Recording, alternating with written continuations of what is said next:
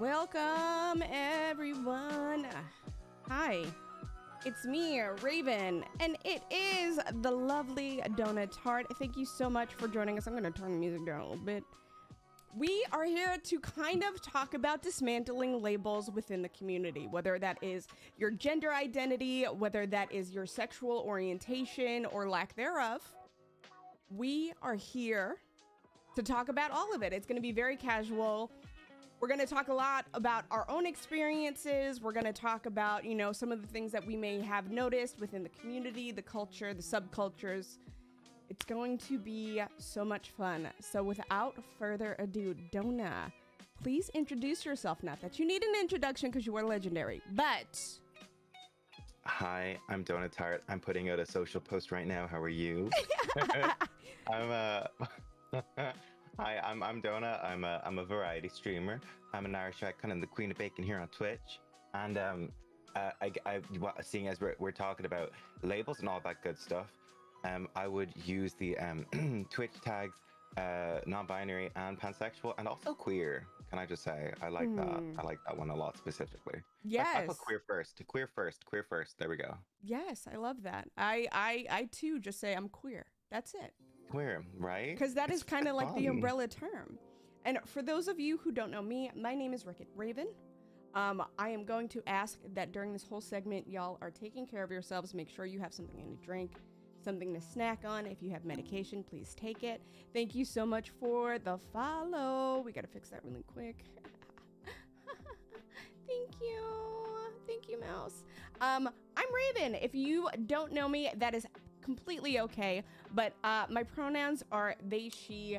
I am a chaotic, good, gothic deity of the underworld in my little dark corner of the internet. If we are, putting labels on me, I do say queer. I do say that I am pansexual. I do say non-binary. And I usually just use the LGBTQIA2+ tag as a whole. But I don't know. Like, I think it's funny that we, at least in my experience, I felt very pigeonholed into having to find labels in order to fit into this community. Absolutely. Right? Like, I feel like sometimes there's a lot of pressure to just feel like you're truly fitting in by saying, yes, I'm gay. Yes, I'm a lesbian. Bisexual, let's not talk about that because sometimes, there's still a lot of phobia around that. Or like pansexuality, like what even is that? And I was never really educated growing up. I don't think many of us were about labels, what they mean and what they don't mean. Yeah, 100%. And I feel like it's definitely like changing now, I feel. Yes. Especially looking at things like TikTok.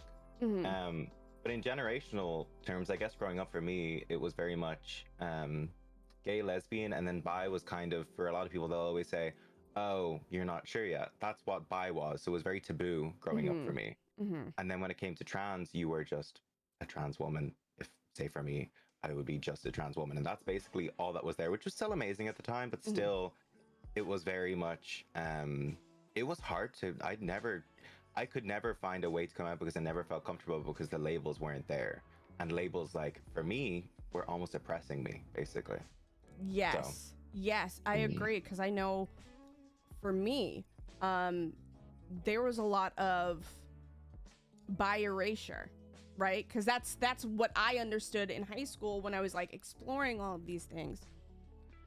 Bisexual for me made sense at the time because, I still wasn't super educated about, gender identities and sexual orientations and the spectrum of both of those. And so when I was like, yeah, I'm bi, it was like, oh, so you're either gay or like you're in it for attention. Literally, exactly. So, like for me, and I'm sure you can relate, like it was so demeaning. Like I stayed closeted to most people for such a long time because I didn't feel like I was good enough to take that space? Honestly, I think a lot of people will like to. I, I hate saying this, but when people feel like they're most put together, when they say, oh, well, you know that you're bi, you know, you're openly gay, you're openly lesbian, things like that. So when I had queer friends who were openly and knew they were gay, I felt like I was less than because I didn't know and I didn't feel altogether. But that was obviously not the case.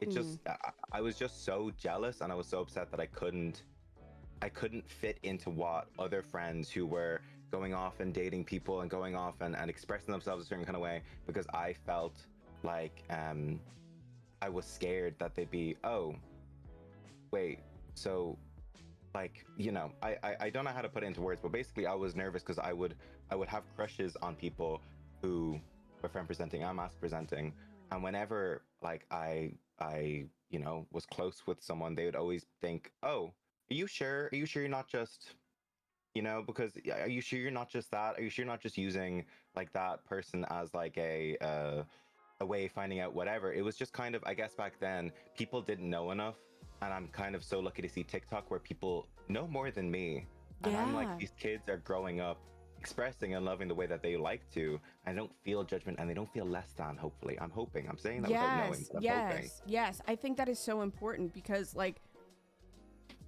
I'm in my 30s, right? Like I'm 32 years old. You would never know. Thank you very much. But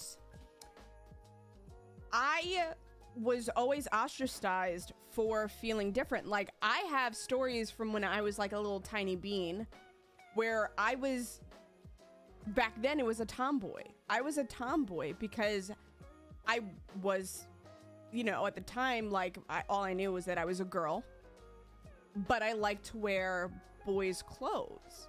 And so like I would run around and do what the boys were doing because that felt right to me.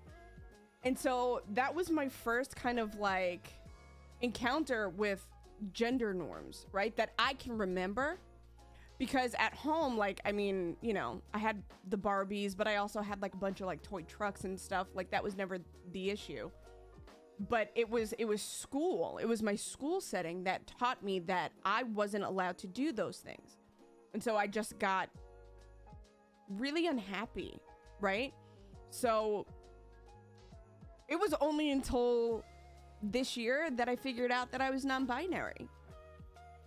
Right? Like I had kind of played with the idea a little bit, but like even within the non-binary spectrum, there's like a whole bunch of different like labels, and it gets so confusing and overwhelming.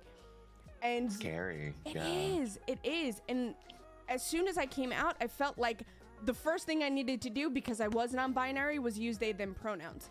I like they them pronouns, but they're not the only ones that fit me. And I think, you know, as we progress, there will be more education around that.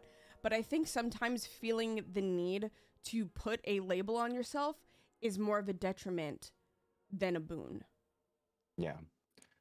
I feel like there's kind of two ways to this. I unfortunately had the worst end of it where labels like scared me a lot. I was very lucky in that my parents didn't really care. They kind of just went about the mindset of bring home who you like and dress what you like. And for a long time, I said this before in the coming out thing, that I never really had a moment where they're like, oh, are you gay? They actually sat me down and asked if I was trans, because for my entire life, I've always been comfortable and presenting. Growing up from like up until 10, people thought I was a girl and things like that. And for me, it was kind of like, I never had a label that really fit with it. So the labels made it more difficult to kind of explore that. And for me personally, pronouns have no issue with me. And I don't know if it's just because I'm so used to with drag where I use she, they, or he. No pronouns ever upset me at all. I don't have any issue with any of it. So for me, that made it even more difficult. But I do know that for a lot of people, finding a label that they can look into and research and kind of feel comfort in and try out a little bit can also be a big crutch and a big a big thing for them. So I don't say that it's bad for everyone, but I personally had bad experiences. But looking now, I'm like, I'm grateful that people are feeling more comfortable but more broad, you know, Yes. and interchangeable as well. Oh my God, interchangeability. It's just, Yes. you're not committed. Yes. Yes. Yes. And I love that because gender and sexual identities are a spectrum and they ebb and they flow. Like, I don't Yes. think there's ever been a point in my life where I'm like, yes, I feel this way 100% of the time. We're too complex for that. And like, I think with labels, it's a very, very, very fine line, right? Between being helpful and being a hindrance. I think, you know, when you're first exploring, like, those labels are the foundation for which you can kind of build on. And those are the foundation of the ideas that you can explore, right? But I think if you get stuck in just labels in the long run, you kind of hold yourself back from allowing yourself to explore those other avenues, because we're not going to be the same person in 10 years. You know what I mean? Yeah. That's why growing up I couldn't come out as gay, because Yeah. I knew I'd like fallen in love with girls. And the entire time I was like, this doesn't make sense. I had the opposite. I wasn't having a thing where I'm like, why do I like boys? I'm like, why do I like girls? Why is this happening to me? I don't mean to laugh, but that's very cute. No, Like, that's 100%. cute. That's exactly that's literally what it is. Where I'm like, I really like girls. Like, I really, really like them. And I was, I didn't have many people growing up around me that I'm like, oh, that guy is really sweet, because I realized I liked people more than I liked what was going on with them. Yeah. And to this day, I think now finding the word like pansexual is so nice, because I kind of separate a little bit. I feel like you can be pan and be mainly interested in just femme presenting or mass presenting. But for me, pan is kind of like I find people attractive more than I find anything else about them. It's just them and themselves. Yes. And I think even me finding that, it was until my 20s that I realized that I'm like, oh, this label is a thing. The flag is very cute. And I feel like I relate to it, right? And like yourself, it wasn't until recently where non-binary for me made a bit more sense, because I grew up with it kind of being, again, taboo, but also a very set avenue thing. Whereas now learning that non-binary is an umbrella. So I would say maybe even things like genderqueer for me would be a little bit more kind of where I'd aim to. I put non-binary because I don't want to set myself down and be like, okay, now this is what it is. At the end of the day, it doesn't affect me. At least I know that the term non-binary in itself is, you know, it's the umbrella. It's a thing that's comfort for us, especially when you spend so long being like, oh God, what am I? You know? Yeah. So, and now that I know it's a rainbow, I'm like, I'm so happy. I love. And I'm learning every day from these kids again on TikTok. Still, again, I'm gonna say this every time. I really, honestly, like, we do. Yeah. And that's the beautiful thing, is that, like, the generations before us have paved the way, right? And so they passed that torch and we took it as far as we could.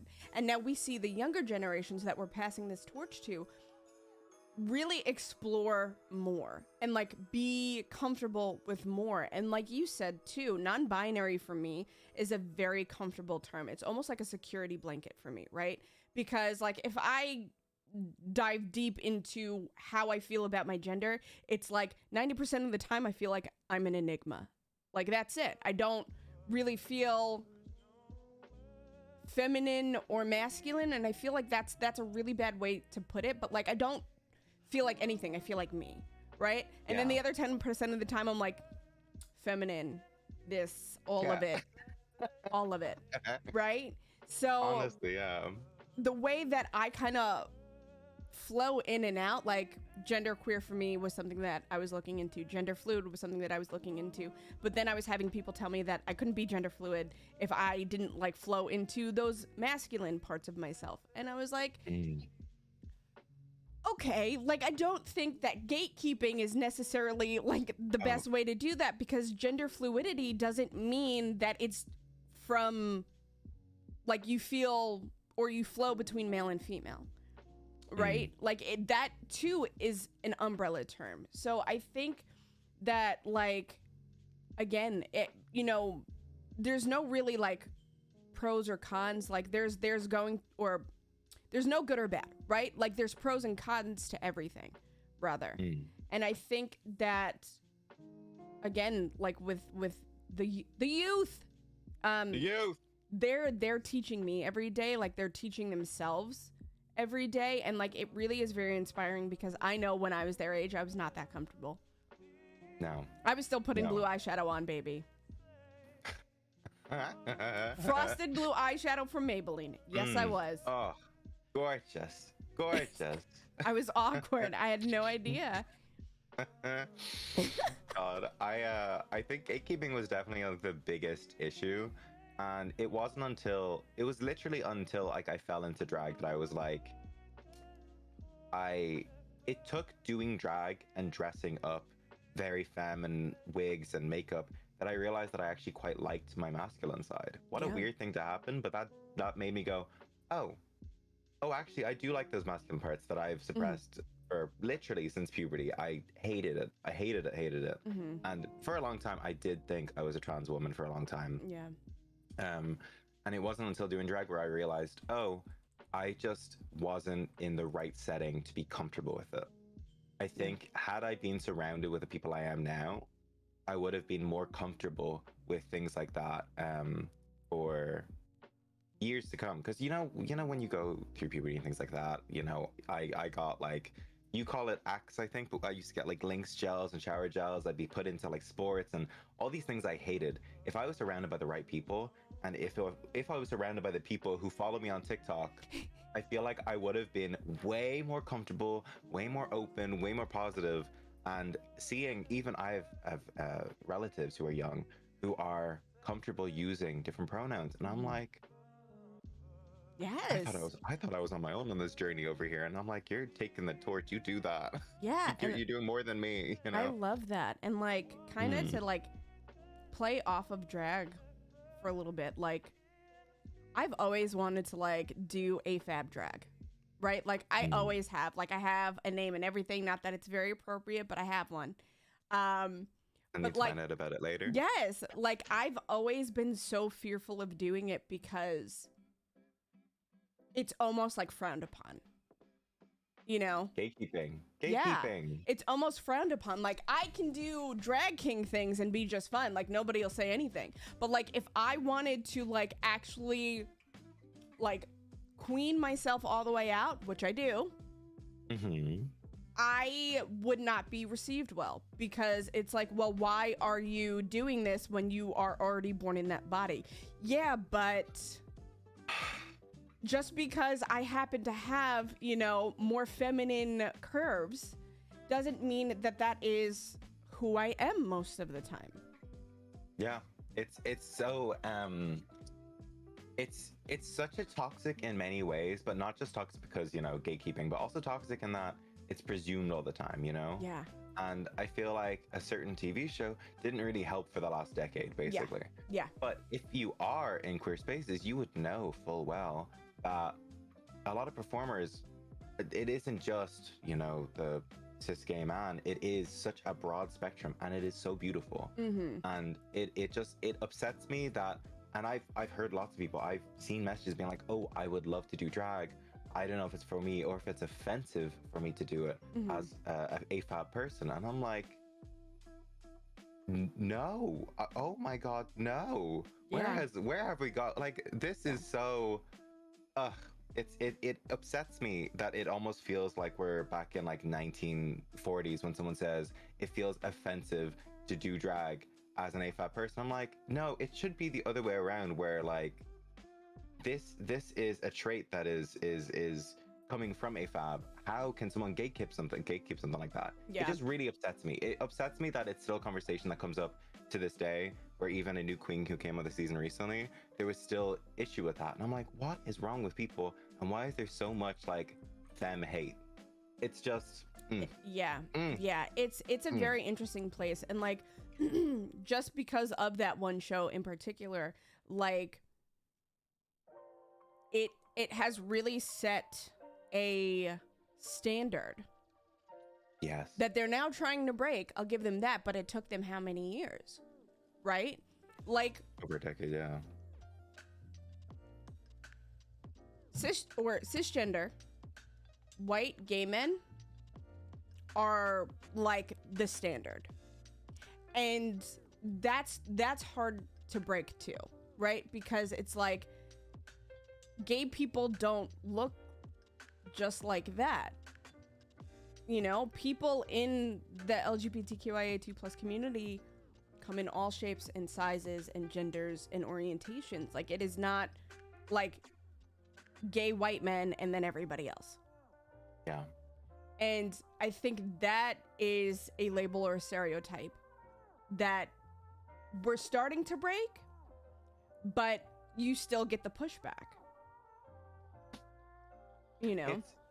It's kind of like, it's interesting that that show, which is so unbelievably queer for me growing up, and even just finding that show was like the most liberating thing to see queer people on a queer network, on a queer show, doing queer things. Yeah. I thought that was so liberating. But looking back, when it is all predominantly cis white gays, those were the same stereotypes that oppressed me as a kid growing up and seeing the stereotypical white gay man on TV shows being like the only representation. Mm-hmm. And I realized that we've almost continued that trait, and now, like you said, we are slowly breaking it, but it has taken over 10 years. We're in 2021. Oh my god, it feels like 2015. We're in 2021, and that same trait is still regurgitating. Yeah, and and needs to be broken. There are other less popular shows, although one of them that I enjoy very much and I'm an avid fan of because of, you know, who I am. Hello Uglies, is that it? Yes. Okay. Yes. Yes. I like that we're like hinting to it without, Mm-hmm. but I like that they are very inclusive and they're very diverse. I mean, they had kings, they have, you know, non-binary, they have AFAB, they have transgender. Like, none of it is off limits. It's never about like your gender identity or your sexual orientation. It is about the art that you can create. Yes. And I love that because I think it is so important, especially because I know, like, me talking to like 8-year-old Raven, like, if I saw that, it would have changed a lot of my upbringing. Fully.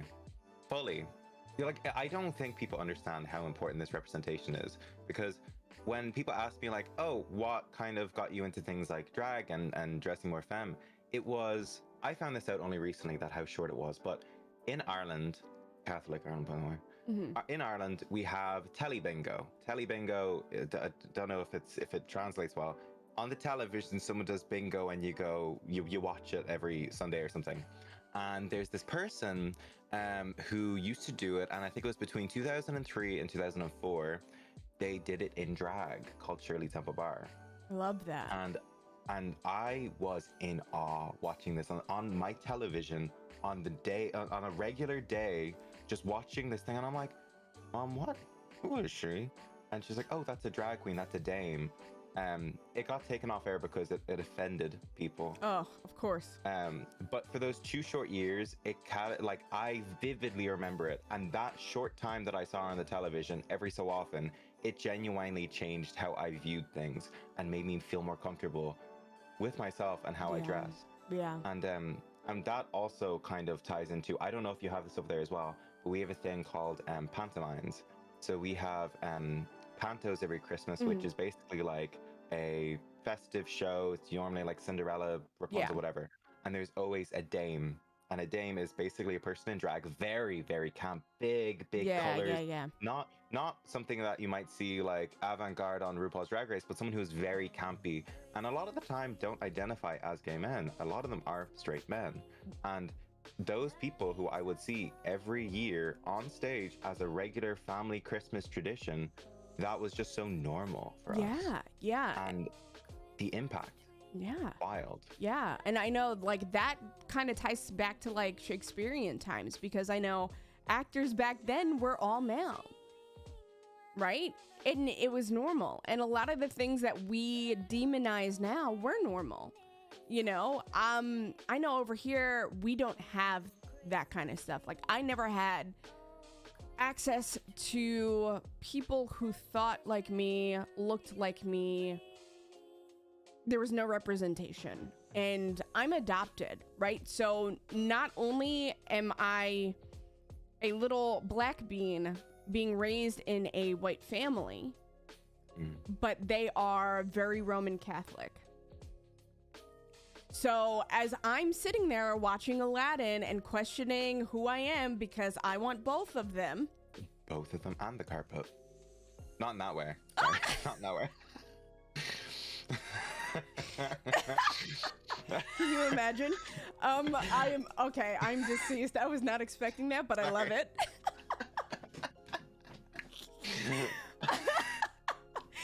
Okay, and the carpet. And the carpet. Like I was taught that because I felt that way, I was going to hell. You know? So I wish I had, you know, people that look like me. I think the closest thing that I had that was different was like the little boys in my dance class. And it was a struggle. It was a struggle. And I know growing up, like, I took it out on so many people, my family especially, because I was just so lost and I was so confused and not really understanding truly who I was without feeling like no matter what I did, because I felt these things, I was never going to be able to be accepted. I was never going to be able to live like the life that I wanted. Like, I was taught to hate myself. So it took a long time for me to really break out of that. But I do think if, you know, we had something like that, because I was a theater kid, like, I feel like it would be different. Like, I would feel less alienated. I would be less othered, right? And obviously, like, now I don't sit on the label, but I think if I were able to willingly admit those labels to myself at that point, again, that would be the foundation for me to actually understand without feeling guilt. So, I mean, representation is important. It matters. It matters that, you know, we're sitting here and, like, we are in the same community, but we look very different. But we have a lot of similarities in the way that we, you know, perceive things. And I think, you know, there's going to be, you know, some kid out there watching who this may help for that reason. Like, it just, I'm trying not to get emotional because I do, but it's hard to kind of go through those very formative years and, like, not have any inkling outside of you are different. And because you are different in the way that, you know, the big man upstairs says is bad, you're going to hell. Yeah. It's, I think a big thing in Ireland is we're not as bad when it comes to outwardly saying or shaming and things like that. It's the quiet shame. And let's just say it is deep rooted in a certain religion that is in Ireland. But shame is a big issue that has basically made it take decades. It was only in the last decade that we got, you know, like reproductive rights and same-sex marriage and things like that.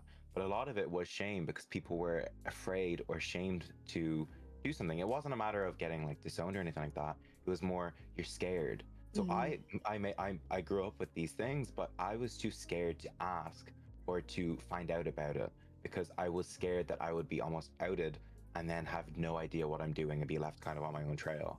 So although I wanted to do theater so much, oh my God, I wanted to do theater so much, and it was there, but the fear was there because I could hear parents saying things, you know, and it was the parents that, it wasn't the kids, it was the parents that shamed me. I remember, like I mentioned earlier, up until I was about, actually, no, it was about until I was about 12, I had hair about this long, if not longer. This is the longest I've had it since. I used to have this kind of hair, and people used to kind of, a lot of people thought I was a girl, which I had no issue with. I loved it. But I could overhear other parents saying things. Yeah. Being like, oh, they should cut it. Oh, I remember vividly, those were the things I could specifically remember the most growing up, was the things that parents would say. And it was that shame that made me feel even less comfortable. Even though I had a very comfortable upbringing, and although there were sources on the internet for me to find things, it was just, I felt uncomfortable because of that shame. And it sucks that it took so long to get there, but that is something that I'm hoping is getting chiseled away at the moment. And I have no idea. I didn't grow up with same-sex marriage and things like that. So I'm hoping that has changed it a bit. But just shame is such a big thing here. It really, really is. And it's such a destructive thing as well, you know? Yeah.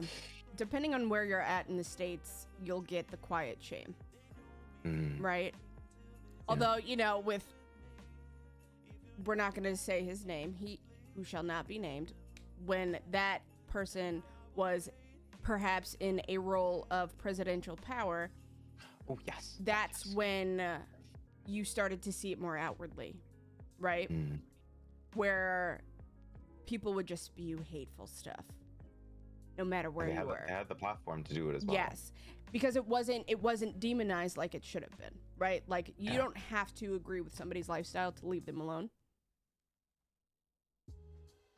No, like I mean, it's really very easy. Like, you don't have to agree with how somebody perceives himself in order to just not say nothing, keep it moving. But since then, like, and things have calmed down, and I use that very loosely, where I'm at in Virginia, which is in the southern part of the United States, it is very much that way.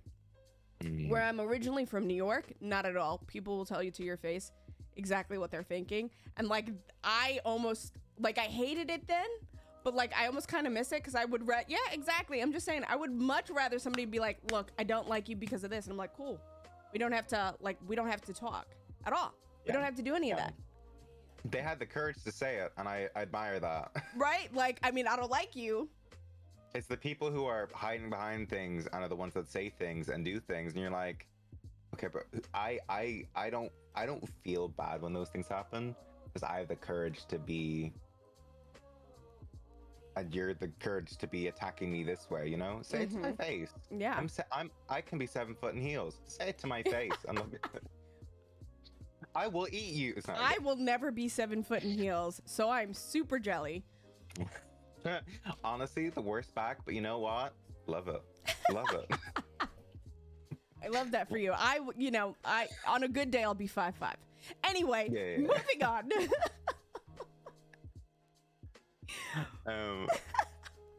What was it you mentioned?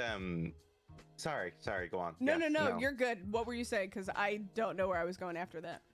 You mentioned something, and then my ADHD kicked in, and I was like, over there, and it was over there, you know? But you mentioned having that bit of representation and having things like It Gets Better and having this Twitch ambassador scheme is fantastic, because the one thing that I've found in the short time we've been on Twitch, I've only been on it like 5 years, being able to access Twitch and queer content creators from around the world, no matter where you are, whether you're in Virginia, whether you're in the middle of nowhere in Ireland, where you're surrounded by people who are not like-minded, you have easy access to people who are like-minded, and you get to learn and interact with them without having to move to a big city, without having to go to clubs which, you know, might have alcohol and substances and things like that. You're able to do it from the comfort of your phone, and you can do it.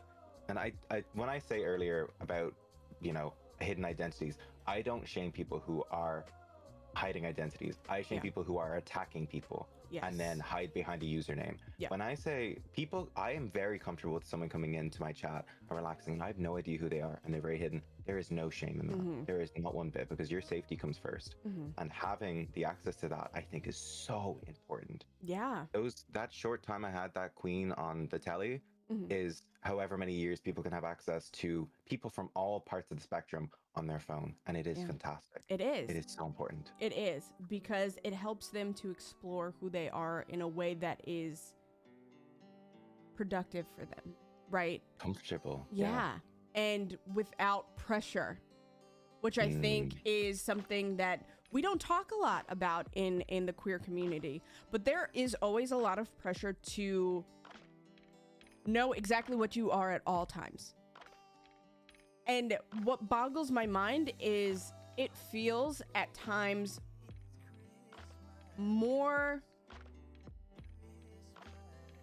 I don't know the word, but it just feels, I guess, emphasized within the community than it does outside it, right? Because like, I mean, every so often I'll be like, you know, somebody will come into like my chat and be like, why are you gay? And I'm like, hello, have you seen women? Yeah. Hello, like I'm assuming that you're Soul Calibur? yeah, I don't like think you have. I'm assuming that you're a straight dude asking me why am I gay. You should know the answer to that, right? Like, have you seen women? But Yeah. those are the people that are loud about it, right? Like the people outside of the community are the people who are loud about it, and like usually doesn't bother me.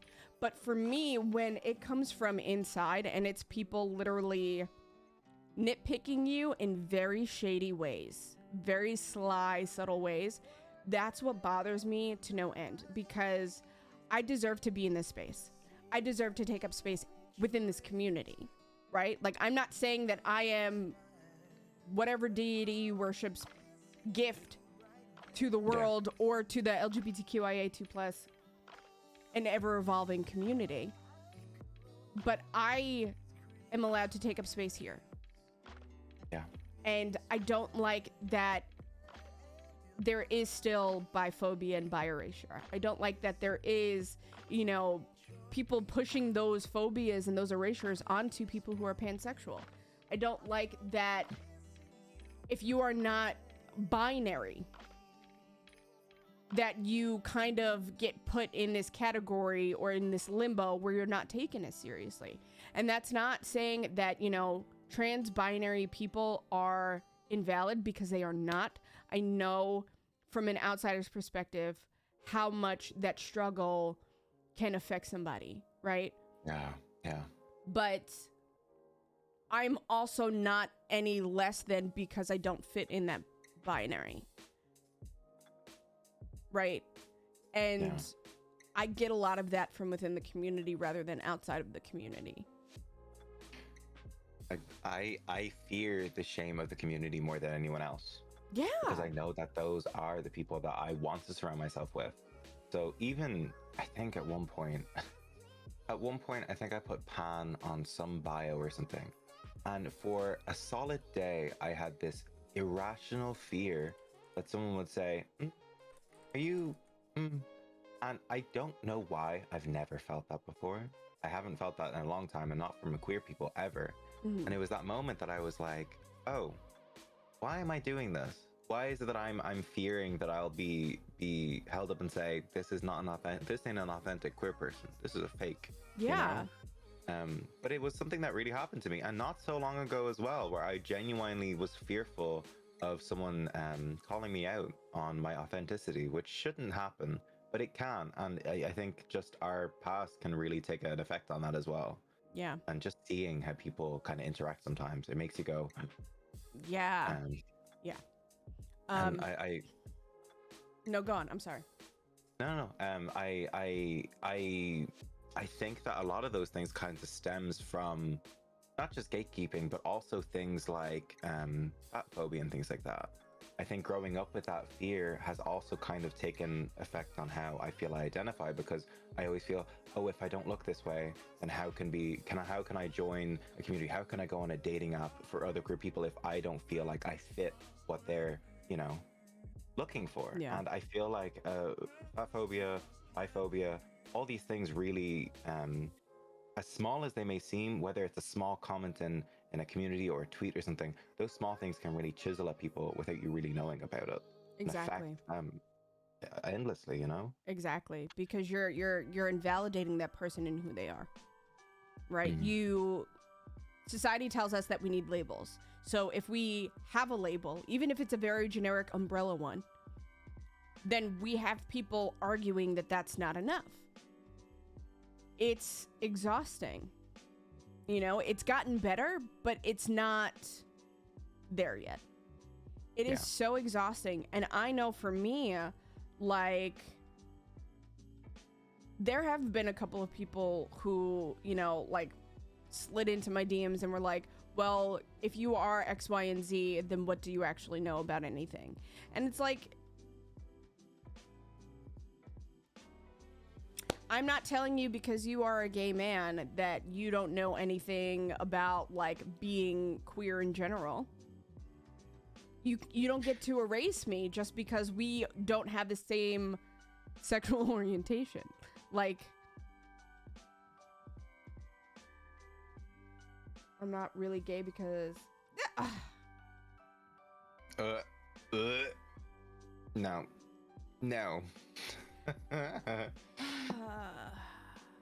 okay. So, I'm just gonna go off in a very quick spiel.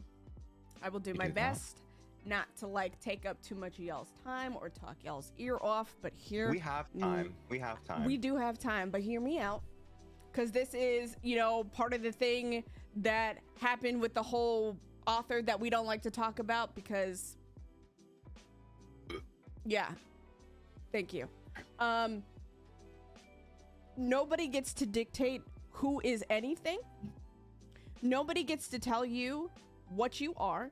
Nobody gets to say that anybody in the trans community is not who they are, ever. Period. Point blank, the end. That is not up to anybody to decide. And the fact that we still have that as a whole in our community, and even from the outside of, you know, people who are like, yes, I'm an ally, but with caveats. We don't get to do that. You don't get to show up and say, yes, I'm an ally, but, you know, trans women aren't women or trans men aren't men. Yes, they are. They are, because that is who they are, and you don't get to deny that. You don't get to walk outside and say, hey, the sky is purple today. You don't do that. Anyway, I'm sorry. Listen, had a moment. Don't be. Because it irritates me to no end. It irritates me to no end, especially that particular point where people are like, yeah, you're not really gay if you are married to a trans man. What does that have to do with anything? How does it affect you? Piss off. Sorry.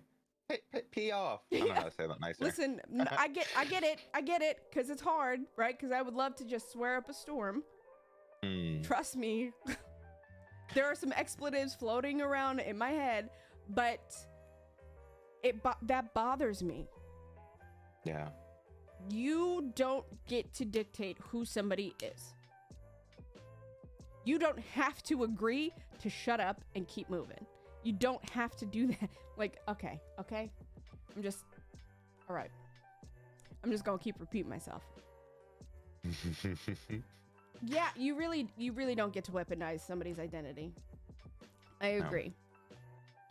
I feel like a lot of people really like to kind of put you on the spot, especially as queer people, to be like, well, what's this then? Because A, they think you're a fountain of knowledge, which most of us are, but B, you're Google, and then the issue always really pisses me off. Sorry if this is a bit of a tangent, but it really pisses me off when people say, well, why are you getting so heated about it? Well, this is probably like, when people say that to you, it's probably like the fourth time they've had to deal with it in the week, and it's a Tuesday. And it's like, we're so used to having to defend who we are our entire lives, that when we have to explain something that to us and ourselves seems like an everyday normal thing, we have to explain it to someone who tends to have a smug look on their face, and then to people in our own community, you can't help but not, as humans, not feel heated and upset about it. Yeah. And I hate when people take that turn and say, well, why are you getting heated about it? It's because this is our living lives. We deal with this every single day. You got to walk off and enjoy your life because you know, face value, you have a very different life than we do, you know? And I think, especially when it comes back to the community, it's kind of like, that feels almost like we've just stepped back. That feels like almost like a failure that's happened. Something went wrong in this big, colossal, for the most part, loving community. It's really just deeply upsetting to hear people in our community who are comfortable in themselves say, well, this doesn't make sense.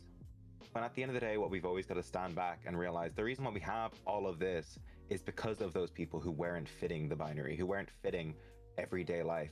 It was the POC trans people who fought for us to live our day-to-day lives. And then people have the gall to say, well, I don't think trans people should be on this show. I don't understand how this makes any sense. It is just so deeply disappointing to see and hear people, especially weaponize it back onto their own community who are trying to make change and trying to have a positive platform. It just feels like a disappointment, you know? Yeah. And I, you know. Yeah, there's a lot of Human. erasure for trans people. There's a lot of erasure for BIPOC queer people, right? And I, kind of like from my experience, there is a lot in, you know, Black communities. Like, not that I was not raised in one, but it is what I've learned, because I had to teach myself, right? I can't be a Black person and not understand Black culture. And that's a side note, but like my adoptive family never taught me, so I had to learn. But I did, you know, when I was living with my biological family, like I did spend time in, you know, areas that were heavily populated by Black people systemically. There's not a lot of acceptance and understanding in BIPOC communities towards, you know, queer. It's getting better, but even within that community, I am othered. You know what I mean? And it's hard. It's hard because not only, and I think that's why it bothers me. Like, I can handle when like cishet white dudes are like, I hate you. And I'm like, yeah, I know. You probably do. I am your walking nightmare. And you know what? I thrive off of it. I do. But when it comes, when it comes from in-house, from the communities that I find myself within, my safe spaces, that's where it feels the worst. Right? Like, I've had people told me, like, because I look the way I do, I don't belong in the Black community. And I've had people, you know, in the queer spacing, because, you know, I identify how I identify, my opinion doesn't matter nearly as much, right? Because I can't speak from a white perspective. I can't speak from a male perspective. I can't speak from a perspective that is marketable. And it gets so mentally and emotionally and honestly physically draining. Because at the end of the day, whether you accept me or not, I am who I am. I would prefer you did, because we share some of the same communities, right? But it is not up to me to constantly educate you. And it's not up to anybody to constantly educate other people, because that's where we start really taking from a cup that is already empty. Damaging. It is. So damaging. It is. Yeah. And then you for me, I know there's almost this cycle where I turn that inward, and it becomes self-resentment, right? Where I'm not, you know, I'm not Black enough, or I'm not queer enough, or I'm not femme presenting enough, or I'm not androgynous enough. Since like, people love to say that if you're non-binary, you're supposed to be androgynous. Oh, that non-binary is the one where I'm the most like terrified, because if you're not shaved head, piercings, all this stuff, which by the way, stunning, love. But if you're not fitting that view, I feel like non-binary is one of the ones that I found recently. I found the most hardest to come with, because it came with so many traits that you needed to tick off. You know? Sorry, that was just something that was in the back of my brain today. No, I agree with you. And it's like, I mean, I could do both, because if I take my hair off, I'll tell you right now, it's more androgynous. But like, I like wearing the stuff I wear. That doesn't make me any less non-binary. Non-binary is the term that we use when people don't fit into the male or female binary. I don't have to look like Ruby Rose. Yeah. I don't. And it kind of shows how people really do view non-binary as a whole, because me growing up as a boy, and being told when I had long hair and wore feminine clothing, you look like a girl. If you're non-binary, someone isn't going to say, well, you look da-da-da-da-da-da, to try and validate your gender. They're just trying to force you back into where you are, because they don't view non-binary as as a thing itself. They just see it, and when they say things like that, it just shows you what they think of it as a whole. Yeah. You know? Yeah. And when it comes from your own, like your own community, and the gatekeeping comes in, it just shames not just you, but also anyone else who wants to feel comfort and try things out, you know? It's kind of similar to like people who, like pan. So I separate pan and non-binary. So two different things, sexuality and gender. It kind of does the same thing where someone says, oh, well, you're just, oh God, here I'm going to say this on It Gets Better channel. You're just greedy is very similar to when people say that about not bi and pan people with gender. They're just saying this just to put you down. There's no benefit. There is no benefits to this apart from just shaming and invalidating, and that is it. Yeah. And it is common in the community as well. And it's ugh. Yeah. Ugh. Yeah. It's I don't think anybody understands that everything is always going to be a shade of gray. Right? Everything. Everything is always going to be a shade of gray. It is not up to us to invalidate anybody else's experience. It is not up to us to tell anybody they should feel a certain way. It is not up to us to tell people that their identities are not valid, right? I don't understand why we are in this culture and in this society and in this mindset that thinks that we are truly going to make somebody else better by putting them down. It's one thing to disagree, right? Like, if you were like, hey, Raven, what do you think of my sweater? And I was like, yeah, it looks really good. And you're like, no, I don't agree with you. That's a completely different conversation as to like, Raven, I think I'm non-binary. And I'm like, no, you're not. What I look like doing that? I look foolish. Yeah. Honestly, it's just when you put it into perspective of like what it actually is, and when you can respect what it is and then recognize what's being said, you're like, oh no, you are a clown. Okay, no, that's good to know. That's good to know. Here, you forgot your nose. Yeah. It's foolish. It's foolish, and it is. You know, I'm not gonna say that I don't do it, because I do, but I try not to. And if I get called out on it, like I'm like, you know what, you're right, and I apologize. Right? That's the difference. But it's caused by internalized by society. Like, it's from your upbringing of how you view things that it causes you that little voice in your head to say, you know, and it sucks. It sucks. It does. You know, it does. I think early on when we first had before we had the marriage referendum, which a referendum is basically like country as a whole votes on a thing. We had a lot of protesting, obviously, for same-sex marriage. But Panty Bliss is this very popular drag queen here. And she went on stage and she did this speech, and then she went off and did a TED Talk, which then catalyzed into becoming the same-sex marriage referendum, which we got. But what it started with was she was saying it from a view as a queer person, not as a view of a non-queer person. And she says that due to society, when she's on public transport and things like that with a friend, her friend, as she's talking to them, is very camp and very gay. Very, very gay. And she starts to get a bit reserved and presents a little bit less, because she realizes that that person is going to pull attraction and have people who dislike that looking at them. And she realizes that that same mindset is the same mindset she gets when she is oppressed herself. And what society and what even queer people has done as a whole is that over time, that little voice in the back of your head is making you feel less expressive. Yeah. And that, at the end of the day, is a cause of the issue, you know?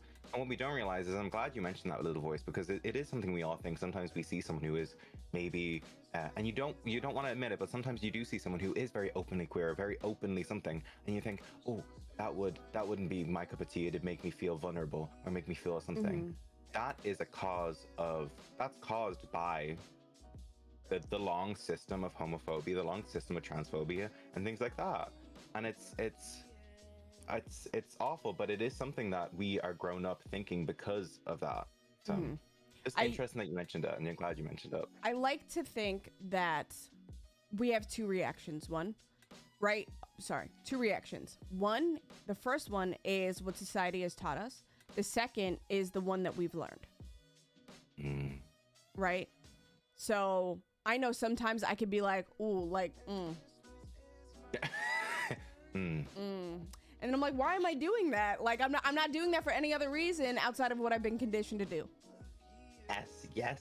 That's what I was trying to say, but I said it in 2 books instead of 1. No, you're good. Listen, trust me, you're good. Because I got it. I was picking up what you were putting down. I was smelling what you were stepping in, all that other stuff.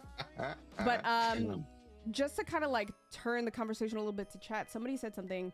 It says, does anyone here have like 2 identities? I have one for the less involved crowd and then my actual orientation. I do.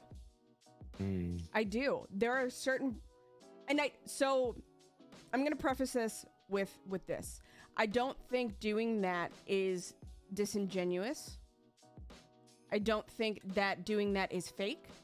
I think we all as people are way more complex than we like to give ourselves credit for, and we're allowed to wear different masks if the situation fits, right? There's a difference between navigating your situation and purposely going out of your way to be somebody else. So I will preface that. I know I do. There are people that I don't really talk openly about these things with. Like, there are things that I will not say in front of people. Like, I won't, proclaim my attraction for, Lizzo, because, I mean, it's Lizzo. It's Lizzo. It's Lizzo. Right? It's Lizzo. Yeah. Because I don't feel comfortable, right? I think it's a matter of comfort. And I don't think that as a marginalized person, you get through life or survive up until this point without doing something like that. Yeah. So for me, it's normal, right? I mean, I still present outwardly like this. Like, I will have the shirts and like I have. Oh my God, I love that. Yes. I just saw it now. Yes. Yep. Oh, that's stunning. I love that. So I will have this. I have another rainbow shirt where it's got a skeleton on it and it says Skelegay, right? Like, I have things like that, or like, what a great day to be called that I will wear. But because I would wear it regardless, right? Or not regardless. Well, yes, regardless, because that's who I am. But there are people that I'll talk about it with, and then there are people who I won't. So the way I present myself doesn't necessarily change, but my level of being reserved will. Yeah, 100%. If that makes sense. No, yeah, I think I kind of separate it in a couple ways, because I think of it in a way of a business mindset, personal reserved mindset, and then a comfort mindset. So with business, I will put on a face, be like, hello, how are you? Welcome on. I'll put on a thing. Even with streaming, I put on a mindset of how comfortable I feel of oversharing or undersharing, being, and I hate saying it, but professional in some cases, where I change myself for that. And I don't make myself any less queer. I just make myself a bit more presentable for your brand. Presentable for my brand, exactly. And then there comes the comfort thing, where I will I find authority people to me, so parents, teachers, things like that was something I always struggle with, because I'd always be like, hi, yes, I'd be nice, but I couldn't be open. But I never took that as being shameful of myself. I never took it as that. I just took it as, this is my comfort bubble, and I'm not going to put myself out in an uncomfortable space and worry about how someone will perceive me. Exactly. It changes a bit when I'm in certain spaces, when it's certain people. With most people, I'm kind of the same, like, hi lovely, how are you, da da da da da, like I'm positive. But I don't take myself reserving and being more quiet to myself in my own time. I don't take that as being as, I guess, anti-queer as I used to think it was. I used to be so shameful of that. I used to think that me not being so loud was me being anti-queer, when at the end of the day, we all need a break. Yeah. Out of stream, I am lights off. It's pitch black. I don't say anything. But I do think that there is a level reserved. And when I mentioned earlier about Panty Bliss on the thing, her reserving herself just for her own comfort, as terrible as it is to be, making yourself feel a little bit less wanting to be targeted, it's a survival thing that we have to do as queer people. Yeah. It is something that I'll walk down the street and I will be wearing, you know, like to the nines, wearing all this like makeup and stuff. But sometimes I'll kind of just like sway to the side just so I don't get noticed as much because I don't want to put myself in this situation. And that isn't me being anti-queer. That is me putting myself first at the end of the day. Yeah. But when I'm in spaces or on platforms, I am gonna queer it up. I'm gonna make people know who I am as long as I feel safe. And that's the defining factor for me, you know? Yeah. And I think like we all have similar mechanisms, right? Because like I know when I'm in front of a camera, like I present differently than if I was just hanging out on my own with, you know, some of my closest friends or family and just like relaxing. It doesn't mean that I'm a different person. It just means that my situation has changed, my environment has changed, and therefore like my personality evolves to fit the situation, right? But like I like to think that what you see is what you're gonna get, because I mean, this is me. Like I'm at that point now in my life where I'm comfortable with the labels or lack thereof that I've chosen for myself. I am okay with being vocal about things. I'm okay with, you know, being loud and sometimes not being loud, you know? Like I'm okay with those different moods and like evolutions of myself, because who I am today is not going to be the same 2 months from now. Right? It's not going to be the same 2 years from now. I think we need to allow ourselves peace in feeling those evolutions, or in feeling ourselves change those masks according to the situation. Because I don't think it's a bad thing, right? No. Because, and again, like there's a difference between being intentionally someone else and just shifting to fit the situation. Yeah. I think if we lived in a world where there was no discourse, there was no issue, and we all lived openly as who we are, we'd also be wearing masks at the end of the day. Yeah. I think it was until after about 4 different jobs that I went into jobs being openly queer, because I didn't want to deal with that. I didn't want to deal with all that coming out every single time. I would just came in being like, hi, gay. I mean, hi, y'all. You know, I'd be going in situations being like, because I don't want to deal with all of that excess, and I didn't want to deal with the, oh yes, and I'm like, no, we're done here. Sorry, no, I'm not coming out to you again. But I found that when I started just going into situations being open and whatever, I'd still change who I was for certain people, even queer people. Queer people to queer people, you'd still change yourself because you don't feel comfortable. And you don't feel, it's not even just about your identity. It's not just about who you are. As humans, we don't feel comfortable around each other. So there is no shame. Sometimes, even to this day, I will meet another queer person, and from the get-go, I might not be so comfortable. So I might be kind of reserved, like, hi, yeah, good, how are you? Like, I'm nice, but I'm not going, hey, how are you, lovely, did it? Like, I'm not going overboard with them because I still don't feel comfortable. So for me, it's kind of come away from just being a, just for protection of myself and not wanting to be harmed. It's also just people in general, you know? Yeah. And there's no shame in that. Because at the end of the day, no matter what you do, it's not going to make you any less of who you are, or any less of part of the community you are, just because you want to take care of yourself. Yeah, exactly. We deal with enough as it is. So take a goddamn break. Oh my God. Yeah. Speaking of, drink some water. Drink water, y'all. Make sure you drink water. Make sure you're taking your medicine if you need to. Pinkies up. Pinkies up. We love that. We love that. Yes, thank you for the hydration reminder.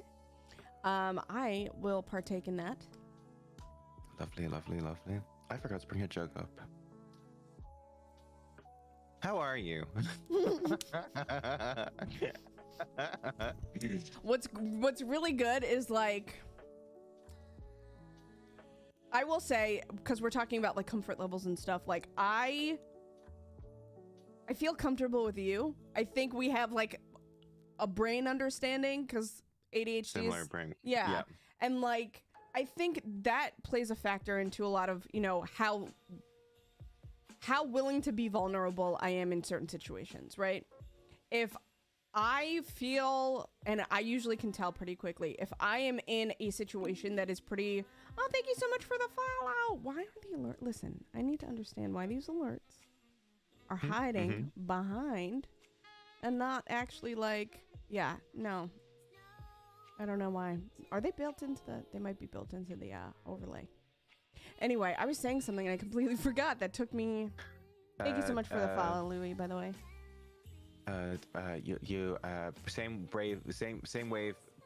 Same wavelength brain. Yes. Yes.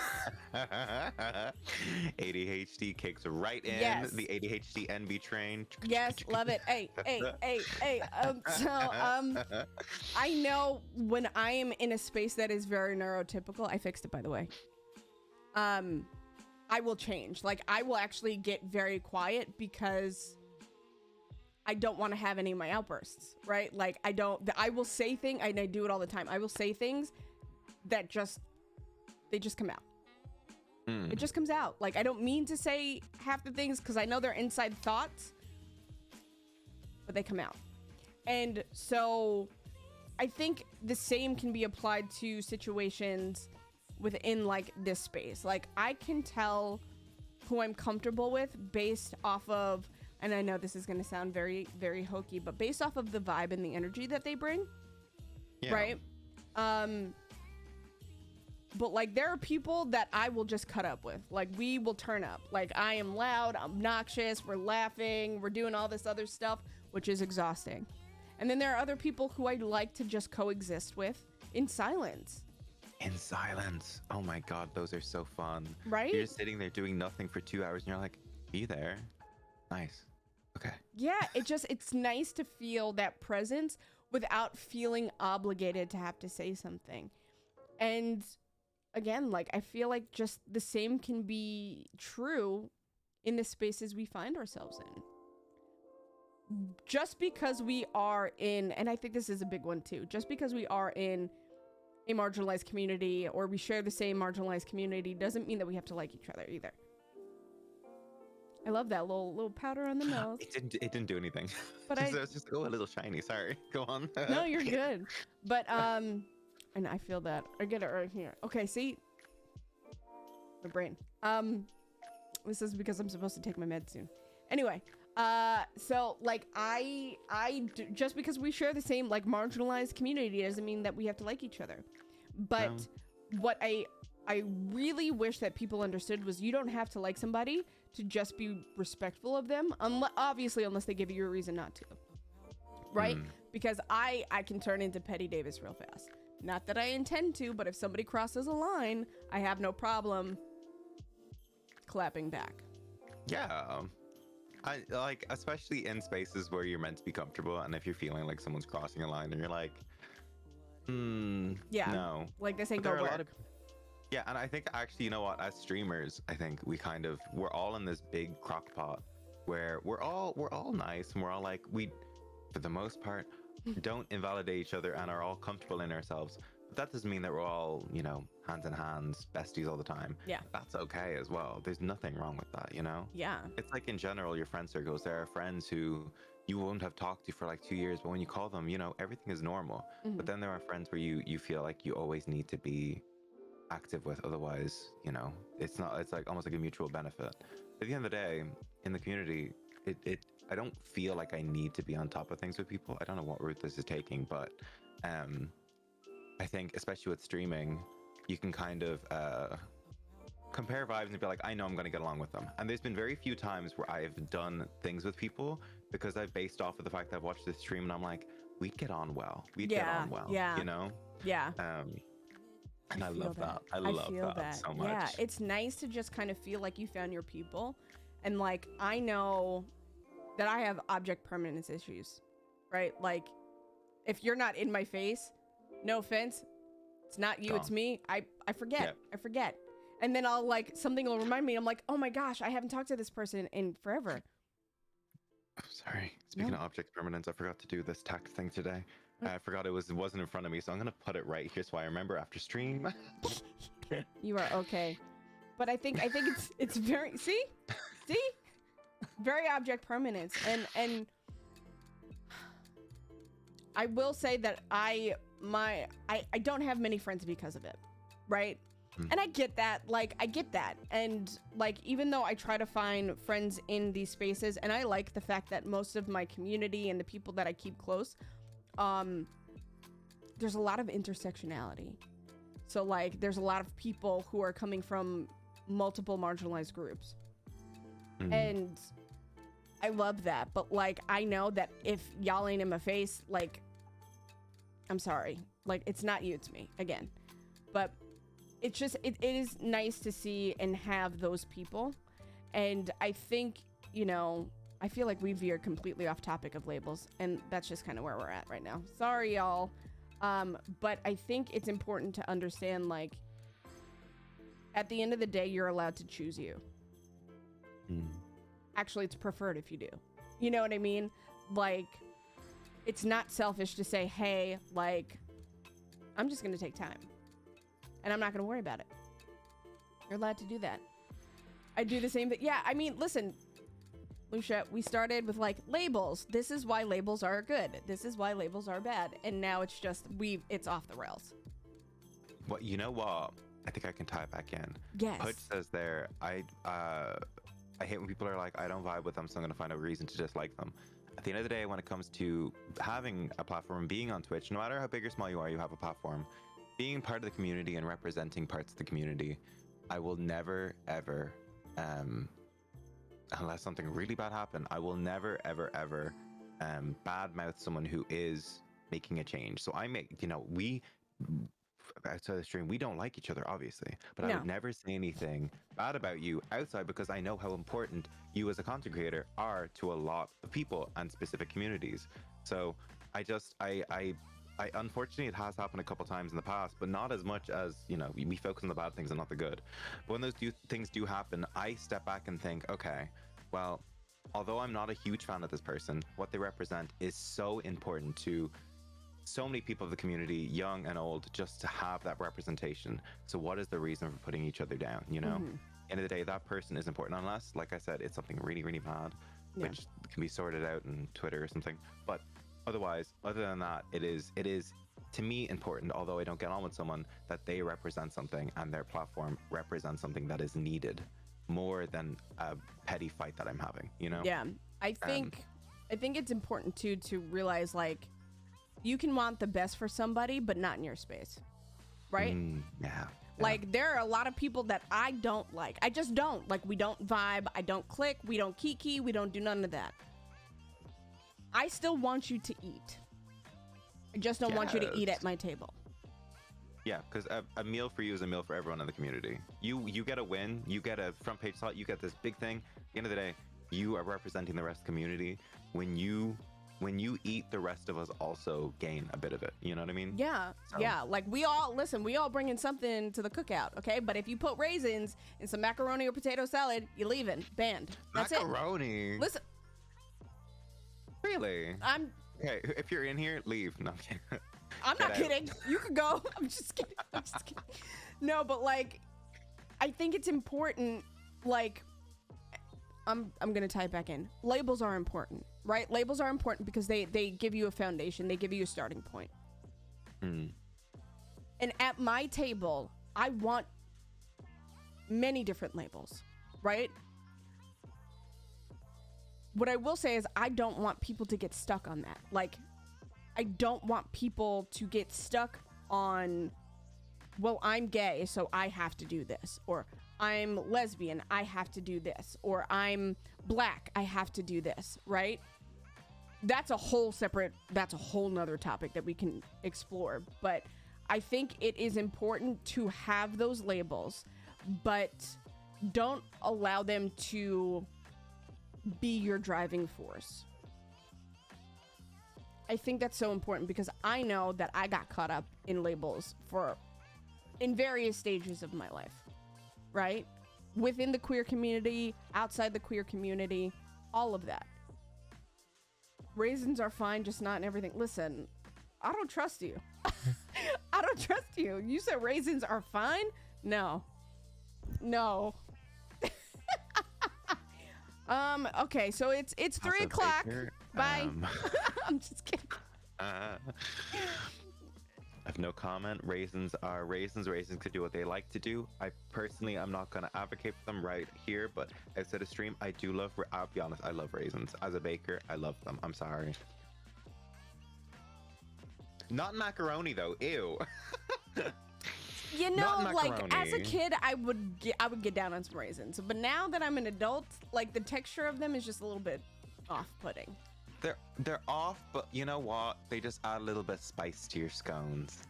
You know? That was so cute. Ah, that was so cute. You were just so cute. Why? Shut up. Literally 2 minutes ago, we're like, and if I hate someone, raisins and scones. Oh, with a bit of butter. Oh, lovely, lovely. Raise-a-roni Pete Louie, I am leaving. Chat is choosing pizza. Violence. Raise-a-roni pizza. Dona being adorable, imagine, right? But Raisin. Oh my god, people put it in macaroni. Ew. Ew. Drake puts raisins in macaroni and cheese. He's not invited to the cookout. I told you. People be wildin'. People be doing some crazy things. Please don't Google it. I beg. Too late. Look what y'all did, chat. Y'all chose violence on this very day. That's what y'all did. Oh god, this is very upsetting. Well, happy Monday, y'all. You can't unsee it. That's why I don't Google. That's why I don't Google. I really want to try. Okay, listen, I'm not going to lie to you. I'm leaving. Why is chat being so violent? All of this. Y'all really woke up and chose betrayal, huh? My goodness. But I don't even know where we were. This is just fun now. I'm sorry, y'all. All right. I'm sorry, y'all. I don't know. I think it's important to like have good conversation about these things. And I know inevitably once we touch on a thing like labels, there's so many different things that we can kind of get into. Top 10 enemy betrayals caught on camera. Goodness. Oh, God. I do want to try at least once just to say I have. But it's not my prerogative, Britney Spears, you know? Hey. We do love that. I also heard that it was toxic. Just saying. If we go on Britney Spears, it's toxic. But I don't know. Like, I think labels as a whole are, like I said earlier, very, very thin line. They could do a lot of real good, but they can also do a lot of bad, you know? Especially when people force labels upon you, which honestly, I don't know if that's something that we actually really talked about. Well, I mean, we touched on it, but not like in depth. And I think that's important because I think that is something that we deal with as marginalized people, right? Like, so in the queer spaces, like when people kind of pigeonhole me by saying like, oh, well, you know, you're bi, or, oh, you know, you're this or you're that, just because I'm fluctuating a little bit, is harmful, because at that point you're taking away who I am and then instilling your unfair expectation onto me. Yeah. And I think we do that a lot, honestly.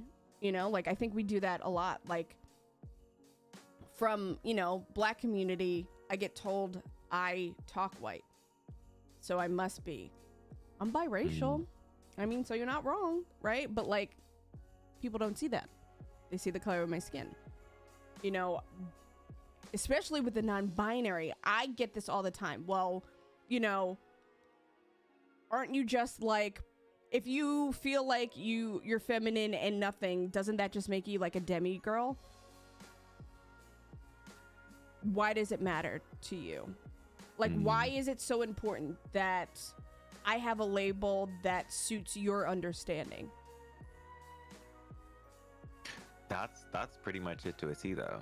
Right? It's them not understanding that is making them project, and you know that comes from all sides of the community and outside the community. It's like it upsets them because it doesn't make as much sense to them as a, you know, a what am I trying to say here?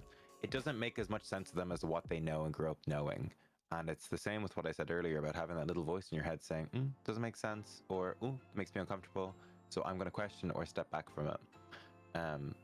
Everyone has that voice, unfortunately, and some people let that voice talk.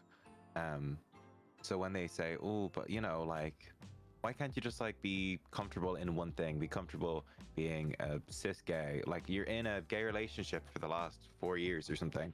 Why can't it just be this? Well, why does it matter to you? You know? Yeah. At the end of the day, this ain't your journey. Yeah.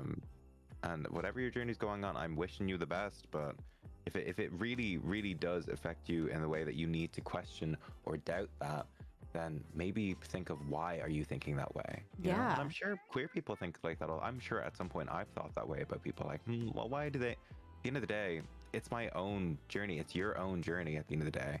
And find the root of why you have these thoughts about these things. Because it could have just been the way you were raised. It could have been the content that you grew up with. I found growing up in gaming has made me question things that I initially had very positive mindset around. I grew up in things like Call of Duty and Counter-Strike and things like that, and you can only imagine the type of things that I would hear about everything from people, and it made me doubt things in myself and other people. And although I was wrong to think these ways, at the end of the day, it did stem from just a long line of discrimination at the end of the day, you know? Yeah. I think a lot of things that we're saying is all relating to each other. Yeah, very, very because easily. there's a lot of intersectionality. I like using that word. It's very fun. But like, if something or if one of the topics that we're talking about fits this, chances are it's going to fit somewhere else too. But Canary did ask, what is the biggest label you get thrown at you the most? Ooh, it depends on the people, really. Yeah. Most of the labels that get thrown at me have to do with my race more so than my gender identity or my sexual orientation. And most of those labels are hateful. Yeah. I mean, it is what it is. Like, my skin color, like, I didn't wake up one morning and was like, oh, I want to be black today. Finger guns. Yeah. Actually, I'll mention it after, but what was the question again? Biggest labels thrown at you. I think one thing, especially for me, I'm 6'4". I'm quite a unit in person. It's an awful thing to say about myself. I'm quite a unit in person. So I'm quite a unit. But what I get a lot of the time, and even in drag as well, is God, big man or large man and things like that. And like earlier, I talked about how I don't get affected by she, they, he. Things like that don't offend me because at the end of the day, they don't upset me. I don't get any discomfort from that. But what I do get discomfort for is how people view me and how I view myself. So when I see myself being quite tall and quite big and quite broad, I remember I used to get asked, oh, why don't you join the rugby team in school and things like that? That messed me up. It wasn't the fact that people saw me as a boy, it was because people saw me as this trait that I really disliked. So I always get like, big man, large guy, tall fella. Things like that, just kind of like they chipped at me more than anything. And that's what I would get outside of the queer community. Now I've kind of taken it as that someone says, oh my God, you're so tall. I'm like, yes, tall, stunning, and gorgeous. Thank you so much. Amazonian, the house down boots. Amazonian, Thank you. Exactly. And then when someone questions that and they're like, blah, blah, blah, blah, blah, I'm like, I'm going to eat you. I will eat you. You know? I would, listen, I just want to, one day, like, I just want to, like, come hang out and, like, see all this happen. And I'm just going to stand there like this tiny little nugget in charge, right? Just stand there like, it's honestly it's like I don't have an issue with it now because I know how to take care of myself. But if someone does, people like saying and they love saying it, especially when you are taller than average, shorter than average, broader, short, whatever. People will always find a way to wind it in there. And like we said about interchangeability, it all stems from how it all stems from that though, where people are like, you're kind of tall, I'm gonna bring it up, I'm gonna bring that up. And you're just like, if you're gonna bring it up in a little bit less of a like, make it creative, derogatory way. Yeah, don't make it creative, make me laugh about it. Well, you know, did you see chat? Oh no. Oh, it's good. It's good. Never. Oh my god. But see, that's fine by me. You know what? As serious as I can be about queer things and about gender and sexuality, sense of humor to me is top tier. I literally, you could make any joke to me, I'll find it funny as long as you're not being nasty and derogative. So if someone intent says, is always key. Exactly. Look at this big lady. Look at this I don't know, this tall unit. I'd be like, oh, hi. Like, I like Mommy? that. That's sorry. fine. Mommy? Sorry. TwitchCon is gonna be so much fun. I cannot. Listen. Okay, we're gonna have to talk. Yes. We're gonna have to talk. And what's so funny about height? I know that's kind of, well, I mean, it is a label. Anyway, people are always like, I really thought you were a lot taller than you were, and I'm like, I can't. You're taller than I thought you were for me. That's my issue. On Twitch, I do baking streams, in case y'all don't know, and I will be on stream and I'll be in drag, whatever. I don't wear heels when I'm on Twitch, because why would I? But then my partner will come on, and they are about, I think they're 5'10", and people go, "Whoa, you're big," and I'm like, oh my god, y'all. That is the first thing people say to me, and I'm like, okay, because I mean, the height difference is like, they're like this to me when I'm in drag with the wig and everything, and it is the first thing that people say to me, and but it's okay. I don't mind it, because I know it's not coming from a bad place now, but when I'm younger and I'm having a lot of self-body issues and I guess dysmorphia, that was a big one for me, and I still hear it now. I just don't care as much anymore, because no offense to a lot of people, a lot of strangers, I don't care about their opinions of me. So, you know.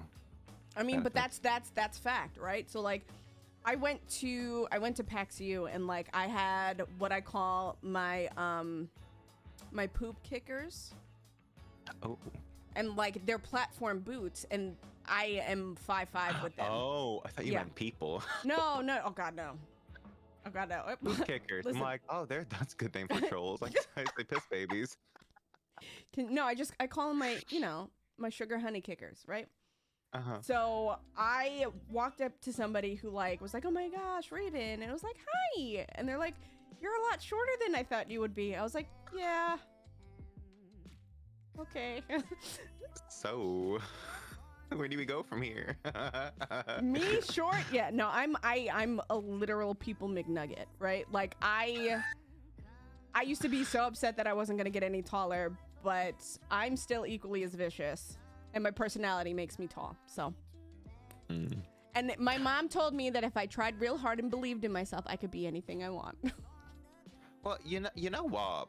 I think the reason why I had so much issue, I don't know, I'm talking about the introduction, blah, blah, blah, again, but the reason why I think I had issue with this is because people are always like, oh, tall, dark and handsome is what people always say. So when I was growing up, they're like, oh, she's gonna be so lucky because you're just so tall and da-da-da. And I'm like, is that what I'm looking forward to? I mean, but at the same time, I've now got more leg for like drag and things like that. But if I had known this being younger, that my whole thing, that every single time someone mentioned my height growing up, especially through puberty, which is the worst part, it was always like, oh, you're so tall and broad, and you'd be like, it always relate to me, somehow connecting me back to being this cis straight man who is like the perfect for some gal. That was always what it related to, always. And I think that was why my issue was, or to do with rugby, which is a very masculine sport, but I don't shame anyone who does it. I think that's why my issue with was what it was, but now I don't care what people say about me, especially the poop kickers. So I really don't care anymore. So yeah. That's what it was, but now I don't really mind as much, to be honest. Yeah, I don't care. I'm too tired. I think there are certain things that you kind of grow out of. No pun intended. Sorry, you're still growing. Oh my god. I'm like, I know, thank you. And then I was watching everybody around me like sprout up, and I was like, Okay. I'll see you Oh later. my I forgot where I was going.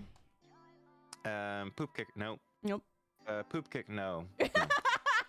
This is just where we're at. No, I think there are things that we grow out of, right? No, honestly, no pun intended, but we mature out of them. Like, I know that when I was younger and I was first really starting to explore sexuality and what that meant, and like I said out loud for the first time, like, yes, I'm bi. The amount of like BS that I had to endure from the small fraction of people that I did tell was wild. It was a lot. Those things don't bother me nearly as much anymore. It does get better. It gets better. But Can't stand those. I know. Why are we like this? Train of thought gone. Sorry. Okay. It's okay. I was saying it gets better because as you learn and as you grow and as society as a whole learns and grows, I think those things that we're worried about now are going to get a little bit easier, but it's going to get replaced by something else because that's just how we as humans work. I have to cough, so give me a second. Yes. A little jingle. It gets better. I can't do it We need again. that as a sound alert. We need that in here on this channel. We need every time there's like a fall, it's like it gets better. Yes. It gets better. Take that. Dona it. out here with the pipes. Goodness. Let me record this. Is it going to be a VOD? I need 2 biddies every time it's played, though. Thank you very much. My compensation. Thank you very much. Question from a fellow she/they. I noticed Dona has she/they pronouns and Raven has they/she. Is there a difference? Yes and no. I can say for me, I prefer they before she, but I also like hearing them in like the same sentence about me, if that makes sense.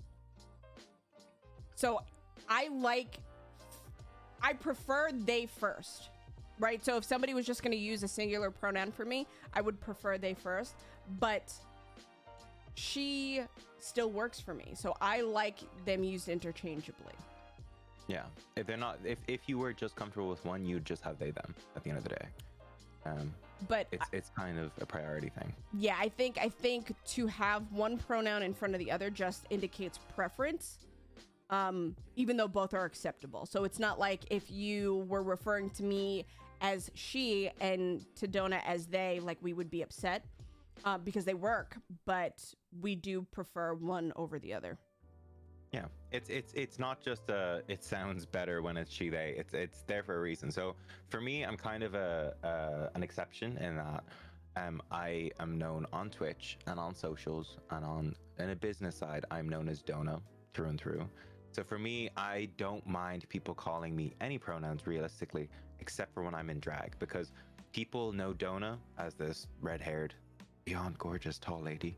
But for me, I am on the internet, when I'm emailing, when I'm typing, people visualize me as Dona. So I have no issue being called she or they or he out of drag at all. I have no issue with it. I have no qualms with it. But the reason why I put down she they is because people know me as that. And if you know me in person, I don't mind either ways. My only issue is when you go outside of that. So although I was supposed to be in drag today, so that's why my pronouns are like that. But if you come to my stream and I'm in drag and you say he, I won't respond to that. I will not respond to that because it is just a respect thing. Mm-hmm. And it's in my day-to-day, if I'm out of drag and I'm on Twitch and someone says, oh, she did this, I wouldn't have any issue with that. But it's, again, it is a unique thing. It is person by person. Yeah. I have a very unique experience as being a drag artist on this platform. But if you don't see it there in the context of what's happening, don't use it. That's basically what it is. And like you said, use it interchangeably if you like. for me, I'm saying this now, you can use whatever pronouns you like with me today. And if you come by my channel and you say, hey, big man, when I'm baking in drag, you will get removed very quickly and probably slandered for it as well. Ooh, So, you know. I love it. I love it. I love a little bit of a tasty, healthy shade. Yeah, no, I'm just gonna start calling you Donazonian. Donazonian. Yeah. Donazonian. Yeah, chat created it, and I love it. No, Yep. Megalodon. Listen. That is what it Hey, is. thank you so much for the follow, Oliver. Welcome on in. I'm not gonna call you that. Unless you say yes, Raven, you can. But that would be, You can you imagine? use whatever you like. You can call me anything as long as you call me. I'm happy. More like Megalodon. Ooh. Oh, okay. Ooh, Ban, shade. ban, please. It's Mr. Aaron banned immediately. Oh my gosh. I've learned, and y'all, if you do have any questions at any point, please drop them in the chat. And like, if we don't see them, please just say it again, because y'all see how we get along, which is good. Questions, but yeah, we're all over. the questions are amazing because I feel like we have really just been emptying our like thoughts out. If anyone has anything to tie us into something, please do it. Yeah. Please. I've learned a lot over the last year, the journey it took to finally be able to understand pronouns and gender identity. It's very interesting to learn from other non-binary people like myself on how they like their pronouns used and their expression of them. It is, because it's so unique and it's so individualized. And I think as we're progressing like that, you know, away from static labels, we're really understanding the spectrum in which we find ourselves. And I think that's healthy. Yeah. I think it reminds me that I have to make a quick point. Sorry. No, you're good. That although I'm saying you can use whatever with me, that again is an exception where you need to respect other people. Because if I came onto this platform not as Dona but as Redacted, it'd be a very different situation. Yeah. So I always say, whenever I introduce myself on Twitch, I always say, this is how I'm respected, but please, please, please, when you go into this new person when we're rating them, please find out the pronouns, please check, please respect them, because it's a very different case. You're talking to Dona, not Redacted right now. Yeah. I agree with that. I think it's really important to be respectful of people. And you know, the best part about being respectful is it's free. It may be an umbrella, but we're not all the same. Exactly. We're not all the same. Exactly. Yeah. I'm sorry, I'm catching up with chat. Yeah. Pessy says, my parents don't like using my pronouns. My argument, if you respect me at all, you'll at least try to use my pronouns. Their response, if you respect us at all, you'll realize we think it's too complicated and don't want the extra stress. That is so hard, right? That is so hard because, and I can't speak on behalf of all parents, but I'm a parent myself, right? I don't think that conversation would ever have to be a thing because I'm in the non-binary, you know, community. Like, I've taught that out to my children. But there are a lot of parents who are very stuck on what they deem as normal from their upbringing. That's not dismissing or excusing that behavior, because I think as humans, we have to, we owe it to ourselves and especially to our children to learn, to grow, to evolve, to change, because things are going to change regardless of whether we want them to or not. But the only thing that I can say is keep standing your ground in a respectful way, right? So by saying something like, if you respect me, this is what you'll do, is creating a healthy boundary for yourself. And that we need healthy boundaries, whether it is with family or with friends or with, you know, people we're just meeting. I think by you saying that and putting that out there and doing that is a massive first step in acceptance, because that's who you are. No matter how many people may try to deny it, parents, not parents, anybody, it doesn't change the fact that that's who you are. So putting that boundary out there and having that conversation is such an important step. So I know you don't know me from a hole in the wall, but I'm very proud of you for being able to do that. I don't think I could add much to that. I think if you were here for the whole thing, we were talking about these little voices that are conditioned by society, by standards, by everything. And unfortunately, our parents are not all the same, and they all have those little voices as well that have been conditioned a kind of way. And again, that's not excusing them, but unfortunately, there are just so many things. And even I find sometimes I'll say something and I'm kind of thrown off because something has made them say a kind of way that is different from what I have. And like you said, in a respectful way, as long as I am in tune with myself, that's what's important. And I can say and express certain things. It may not go as storybook as we'd hoped, but as long as you are comfortable with yourself and you're safe with yourself and you're always checking in on yourself, that is what's important. And I'm so happy for you as well that you're able to find something that you feel comfortable in. You know, it's not easy. It's really not easy. But yeah, it's not. And being you in a world that is still so cold and so cruel is the bravest thing that you can do, even if you're not out. If you are being true to who yourself or taking the steps to do so, that is the bravest thing you can do in a world that is trying to silence you. Yeah. Canary says, ooh, what? Nani? Oh, sorry. Oh, but I was just going to quickly say that I always say this every single Pride, and we talked about it on Coming Out Day. No matter where you are in your journey, whether you haven't even started, whether you're in a completely different scenario where you don't feel comfortable just yet in outwardly doing anything, at the end of the day, you are part of the community. And I'm sorry, you have no choice, but you are part of this community. So you got to celebrate you in every single sense, whether you are 20 years down the road of being in a committed queer relationship or whether you're starting to think about things like that. You are part of this community and you are just as valid as anyone else in it. So know that. Exactly. And always think of that. Exactly. Yeah, it's not a race at the end of the day. It is a journey for every single person, and yours is just as important as the next. So I'm wishing you all the best, basically. Yes, and Pessy did say, I've been out for a long time now, but I am still young and broke, so I can't really express myself the way I want to. But I do have gender affirming clothes and LGBT friends, which is good. There is an importance in chosen family. There is a massive importance in chosen family. When I know we've already kind of talked about coming out, but I think this is, you know, important to say. When I initially came out to my mom, I didn't get kicked out, but she didn't take me seriously either. Yeah.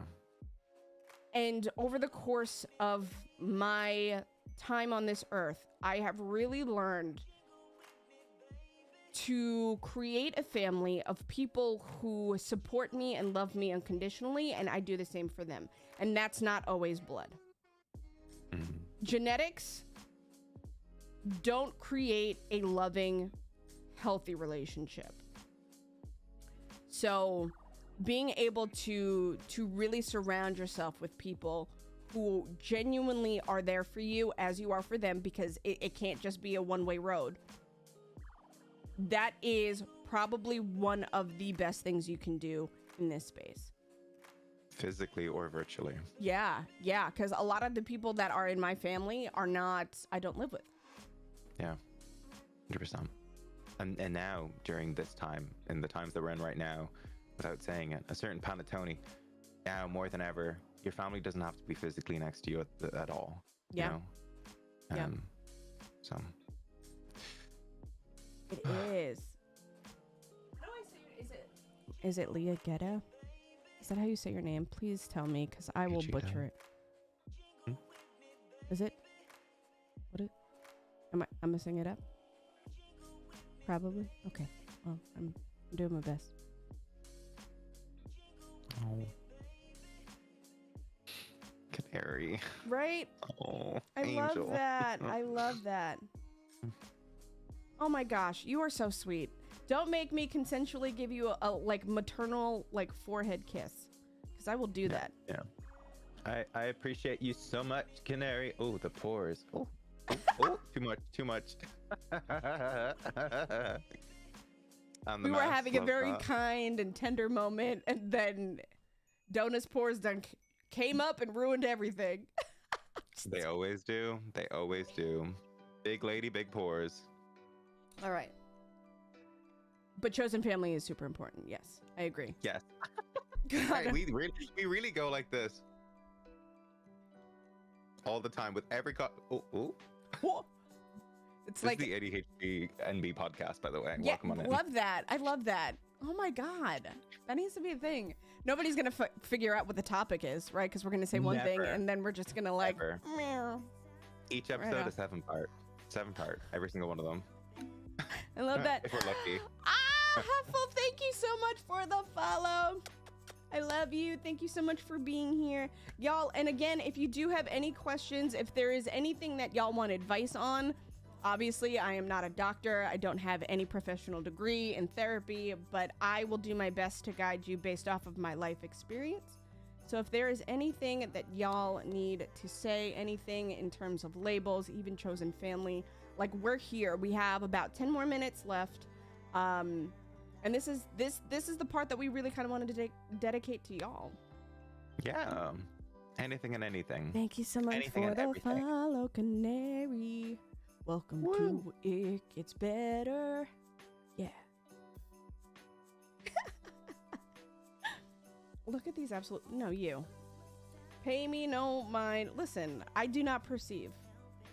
No, I especially do on not Twitch. perceive. Not as... I'll be a mutual, and I have followed for literally 4 months later. Like, yeah, it's no. understandable. It's okay. It's okay. Why? Listen, the font is very small, and I should be wearing my glasses, but I'm not. What are the winning lottery numbers? You know, like, if I had that information, I wouldn't say that I wouldn't give it to everybody, because I would, right? But I don't have that information. I don't think I've played the lottery. 42 is a great answer. That's a Hitchhiker's Guide to the Galaxy reference. You want to see something real cute? Sorry, off topic. Do you want to see something real cute I got the other day? Yes. Look at this. You could buy these in markets around Ireland. I don't know. It's flipped on Discord, but I think on Twitch it shows it right. Yes. How cute is she? I love that. I love that. Honestly, all the I love queer that. art and stuff we have here is so stunning. I love Irish people. So funny, but I have a shirt and it is of a Baphomet head in a pentagram. Me, go figure.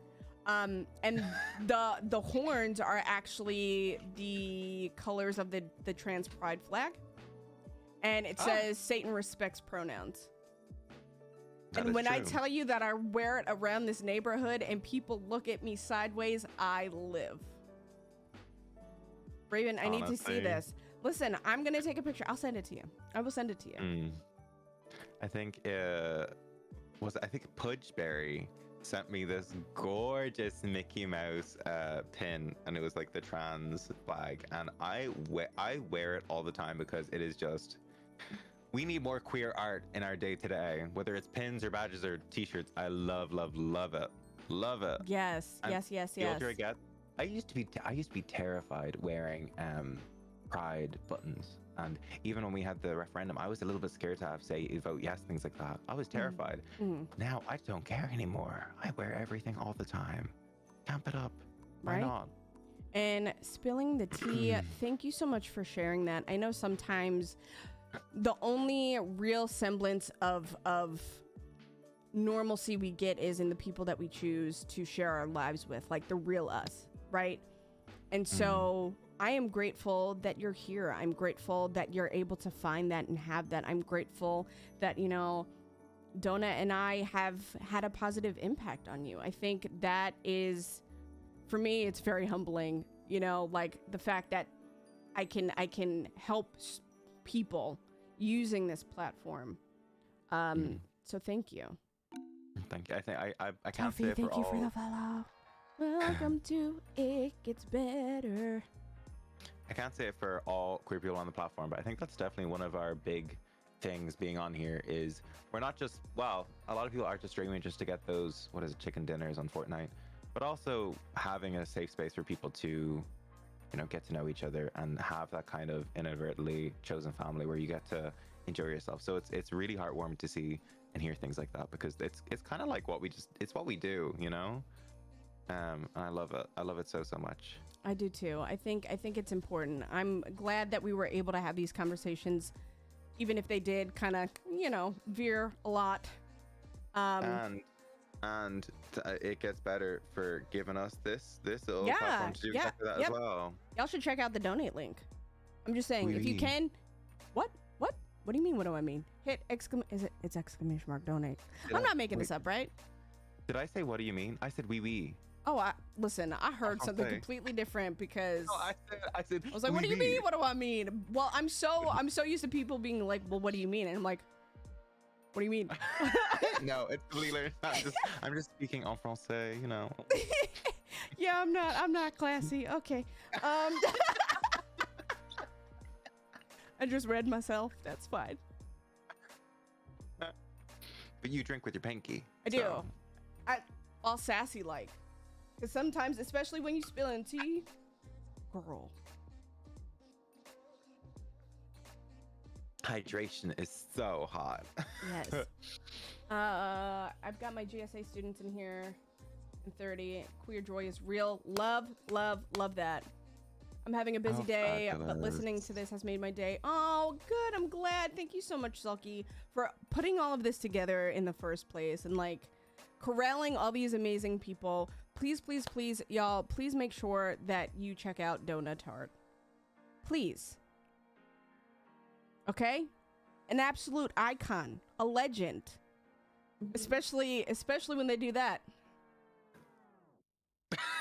No. What's really funny is like you couldn't hear it, but the music, like it sounded like a record was stop playing when you did that. It was so funny. Never it again. was so Never again. funny. Oh my god. I love. Okay.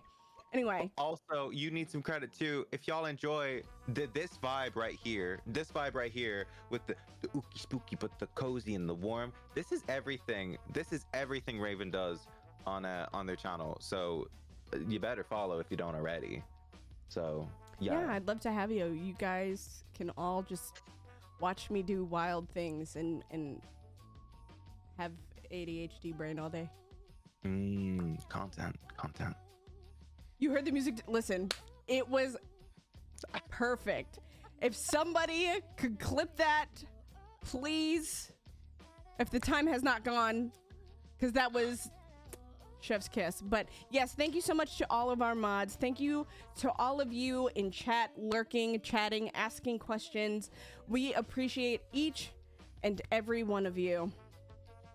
Yes. Thank you so much for having me, Raven. And thank you so much for agreeing to hang out with me. We say we need to do this more, and then we forget.